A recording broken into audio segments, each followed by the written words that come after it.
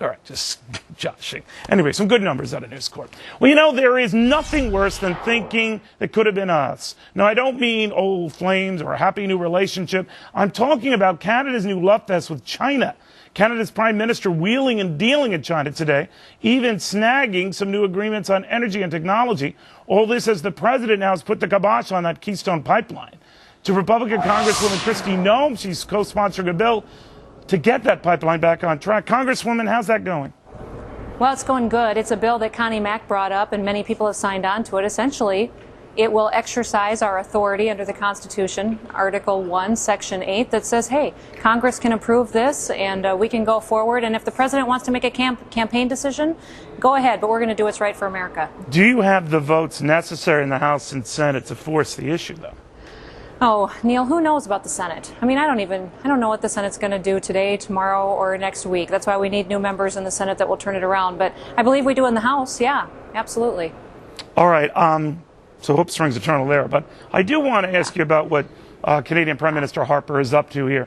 Do you think he is calling our bluff, or do you think he would actually do a deal with China and say, look, I have no confidence in my friends to the south to ever get their act together? Well, I believe that the Canadian Prime Minister truly cares about Canada and is going to make sure that it's more stable and its economy is doing well. And so I do believe that it would sign that agreement with China to utilize their oil exports. We unfortunately have a leader that makes a different decision. We really need those thousands of jobs that went abroad. We need to lower our energy costs. People need lower gas prices. And so hopefully we didn't miss the boat on this one. Congresswoman, as I'm talking to you, we just got these numbers earlier today that approval for Congress hit a record low of 10%. The president's numbers are inching up a tad. Are you worried that your message could be falling on deaf ears? Well, I think the American people are definitely paying attention to what's coming out of their pocketbook. And I think that the House has certainly brought a good check and balance to the federal government. But we certainly haven't seen the entire ship turn around, and that's what people are frustrated about. So if we truly can, in the House, I can set my vision, what I'd like to see accomplished in America. But if we're going to hit an administration that's not going to work with us, we're going to have a tough time doing that. What do you think of the presidential race thus far? Many are arguing now with Rick Santorum's wins, this thing is going to go to the convention, and it could be a messy, divided affair. What do you think?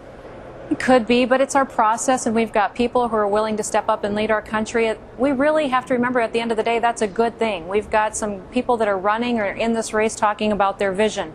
They're talking about the failed policies of the administration and what they do differently, and hopefully that's refining them for the general election. Congresswoman, great seeing you again. Thank you very much. Yeah, good seeing you too, Neil. Thanks for having me. Well, look for the union label, fine. Look for spending millions upon millions on political campaigns, not